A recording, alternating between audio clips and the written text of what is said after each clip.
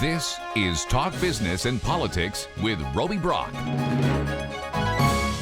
And welcome to today's Talk Business and Politics Daily. I'm Roby Brock. We appreciate you joining us.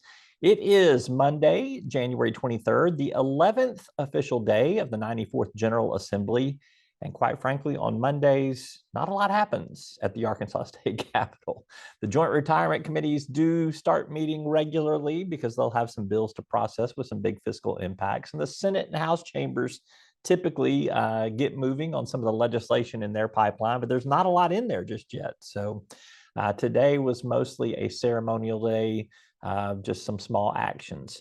However, on today's program, we do have John Brummett, columnist with the Arkansas Democrat-Gazette, with his thoughts on the first 2 weeks of the legislative session, as well as Governor Sarah Sanders' administration.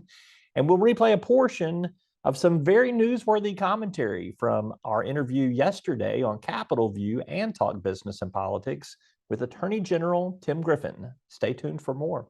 Talk Business and Politics Daily is brought to you by Wright Lindsay Jennings Law Firm, Impact Management Group, and these sponsors. We proudly deliver reliable, affordable, responsible power across Arkansas. But demand for electricity is strained by the elimination of sources we need for always-on reliability. And adding intermittents like wind and solar cannot replace workhorses like coal and natural gas that we all count on. Power must be balanced for your needs and our mission. Reliable, affordable, responsible. We're the Electric Cooperatives of Arkansas. Connection. It's the heart of what we do. It's why we work to better the communities where we live and work. It's why we're expanding to get people connected and create digital equity programs that support affordable internet and digital literacy. We're leaders for positive change. From the way we empower our people, clients, and communities to the way we care for our planet. We live our values every day.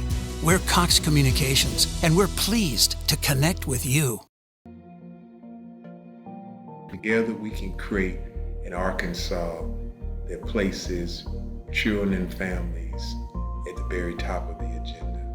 We can create the type of Arkansas that we have always imagined. Arkansas Advocates as an organization is the glue that can put all those families' voices together.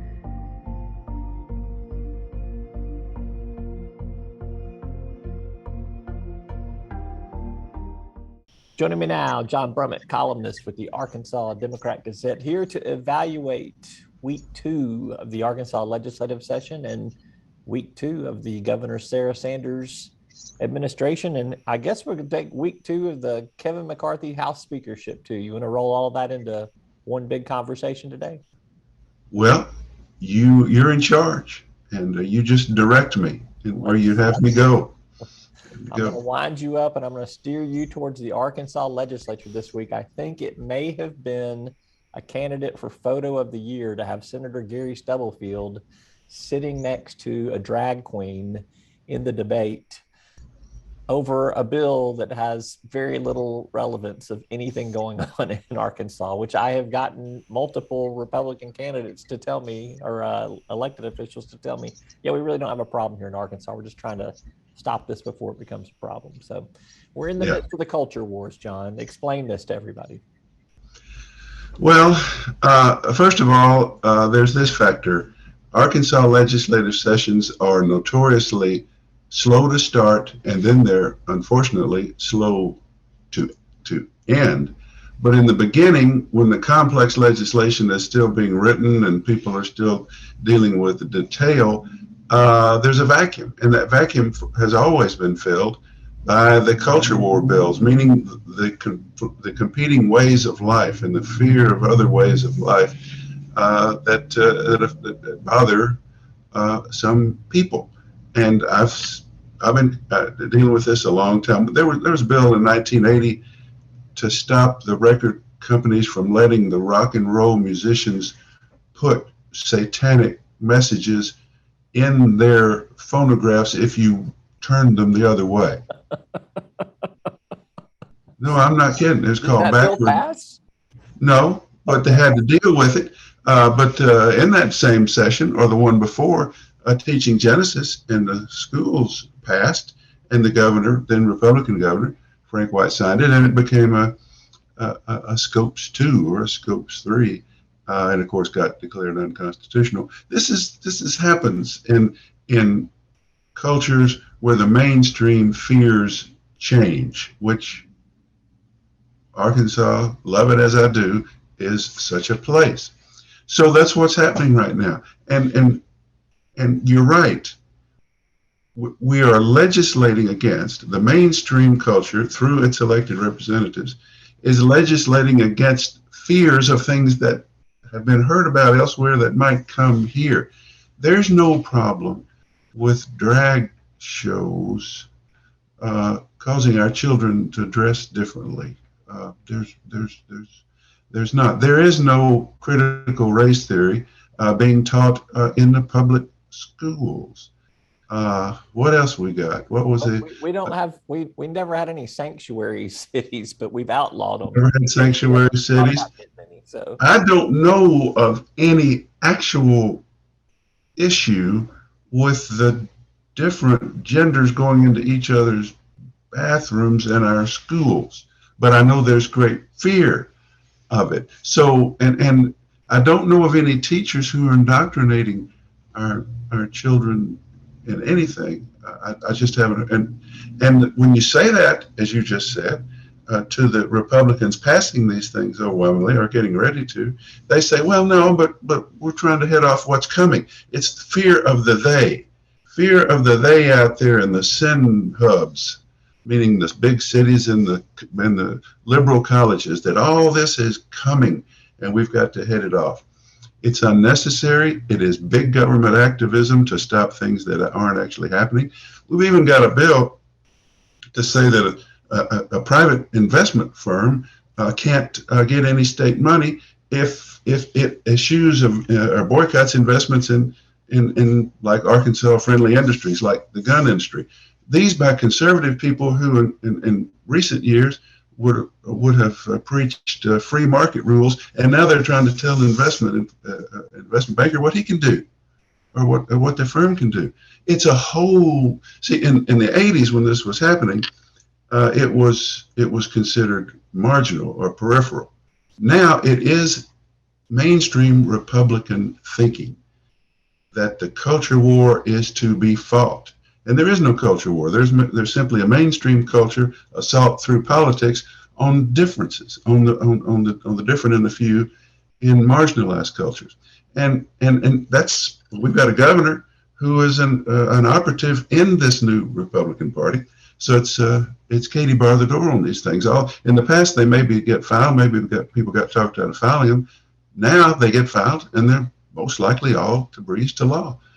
And we're not the only state, but we're reaching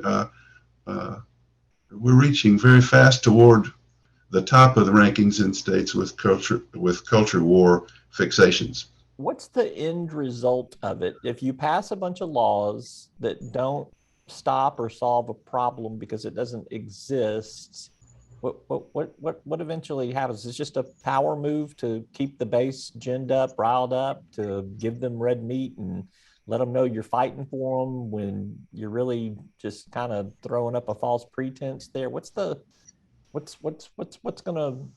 end result for all this? Why are they doing this? Well, since you ask, I will simply say that this is not about serious policy. None of it is. It's about messaging. It's about advancing this Republican message that your country, to its base, that your country is at risk from these horrible liberals, that we hear all these things are happening, and we're going to protect you. And that they have no effect in law will be one possibility. They'll just sit there and do nothing. The other is that the lawyers, libertarian lawyers, ACLU and other groups, can file lawsuits and get some of them overturned. That's always been a common practice. So I suspect it'll be inconsequential laws which address nothing, or lawsuits. One of those, or both. And the ACLU will get money for representing themselves in those cases. So basically our tax dollars are going to the ACLU, which I'm sure is the legitimate end game of all of these conservative legislators filing these bills. Roby, you're getting just a little bit sarcastic there, a little snarky. You be careful with that. All right. But that's my job. I'll let you. All right. All right, let's shift gears. Let's talk at the national level. We've got a debt ceiling debate that is in full brew right now. I think we've still got a couple of months before we hit doomsday, but we have hit one early deadline, and I guess we're just going to play some sort of political Russian roulette up until the 11th minute, 59th, or 11th hour, 59th minute, like we always do. What's your take on where things sit today, and do you think they're going to work something out in advance? I don't think they're going to work something out far in advance, if at all. This one worries me more than others, and we've gone past the point of reaching the debt limit before over this same argument. Republicans saying we're not going to vote to pay the debt we've already incurred until we can have some spending reductions, and the Democrats saying you have no choice. This is accumulated debt. Those are not things to put together. We don't negotiate on paying what we've already incurred. And so we've been there before, and we've taken it to the brink.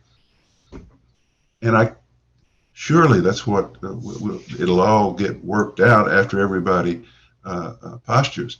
But there is a chance that the political consultants will see good messaging on both sides here, that the Democrats will say, well, they'll be the same yahoos who couldn't pick a speaker who are now responsible for insisting on conditions to paying our debt, and the Republicans saying the conditions we're insisting on is that we stop spending so much, and this is a rare opportunity to leverage the debt ceiling to get that done. And I could see both sets of political consultants saying, we got them here because it's more about party now than the country. We got them. Let's go over this cliff because they're going to get blamed. And the other says, all right, we'll go over because you're going to get blamed. That is what the American people ought to have to worry about, that the political messaging will take both sides will play chicken until they run together. And then we won't pay our bills.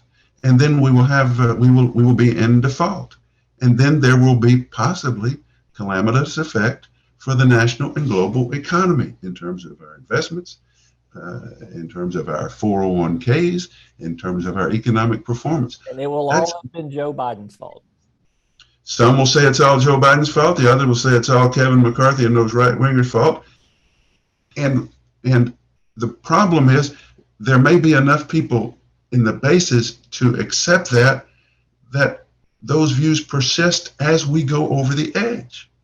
That's what you got to. I think it's June. We may be able to move money around, they say, until June when it's the drop dead day. And I'm not saying that we're going over the edge. I'm saying this. I see messaging by the two parties that both can be so comfortable with. That is, we are at greater risk of that right now than any other time. And the American people need to make clear in public opinion polls or otherwise, what I hope they can make clear, we're going to pay our debts. Don't lead us into this calamity. Whichever side has to give a little in terms of political messaging, don't let this happen. Surely, famous last word, surely we'll tend to it responsibly, probably right at the teetering edge, I think. Sounds awesome. You've perked me up so much today. I just don't know what to say, but thank you for all of that. Well, I've tried to be positive as usual. I appreciate the history lesson on the records going backwards. I was unaware of that. It's before my time. I forget how young you are. Yeah, we had it was 1980 or 82, and I never could figure out how to play my phonographs backwards. I don't know. I'm not technical enough. But they were said to be satanic messages. Had something to do with Paul McCartney and the Beatles. I don't know. But that one didn't pass. But it took some time to discuss. All right. All right. With the Arkansas Democrat-Gazette. Thanks. Thank you. Talk Business and Politics Daily is brought to you by Wright Lindsay Jennings Law Firm, Capital Advisors Group, and these sponsors. One of the things that I really liked about UAMS College of Health Professions is that they set me up for success. I chose UAMS because I felt like it was a great place to work. My grandmother was diagnosed at UAMS for multiple myeloma, and I felt like it would be a great way to pay back the place that helped my grandmother so much. And that's why I went in the healthcare field in the first place, is to help someone just like they've helped my grandmother. For your education and healthcare needs, choose UAMS. This is what we work for. The moments you live for. The joy. The heart. The wonder. At Entergy, we're dedicated to powering each moment.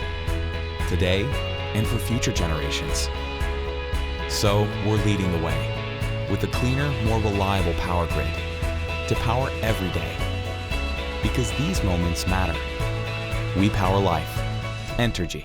Well, in case you missed it yesterday on Capitol View and on Talk Business and Politics, we had new Arkansas Attorney General Tim Griffin on the program. We talked a lot about criminal justice reform, what he expects to be in that omnibus bill that will be coming to the legislature probably within the next week.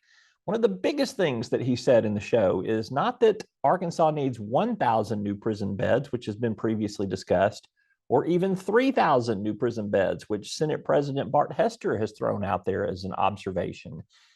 Tim Griffin, Arkansas's Attorney General, says we need more. Let me tell you what, we are 20 years behind. When you don't clean I tell my kids, when you don't clean your room daily or weekly, it gets really, really bad, and you have to fumigate the dang thing. Well, let me tell you, we have delayed building prison capacity for decades. How big is the prison space we're going to add? Okay, so we need minimum 3 in my view. 3,000. Yeah, and here's why. Let me say this to all of our people who go, oh, we don't need to build prisons. Let me tell you something. The truth is, we've been building prisons. We've been building them for years as a matter of practice and a practical matter, because we have been quietly pushing our violent felons into, they don't have room in state prison. Right. We've been pushing them into county jails, which has basically made county jails useless for the purpose of putting misdemeanors, DUIs, etc. So we have basically made misdemeanor justice irrelevant. So you've been building them. You've just been doing it by pushing people out of county jails. So we need 3,000 to cover the 2,000 that are in county jails that shouldn't be, and another 1,000 for growth. But I think ultimately we're going to need like 5. And you go, oh, that's so many. It's so many because for 20 years this has been ignored. Prosecutors and what their needs have been ignored. Even the defense side, which is constitutionally required, it's been ignored. Our criminal justice system has been underfunded. Do we have to spend money? Yes. People say we can't afford it. Let me tell you something. We can't afford not to do this. That's Arkansas Attorney General Tim Griffin. You can catch our full interview online at talkbusiness.net. That's all for today's program. As always, we appreciate you tuning in, and we will see you tomorrow.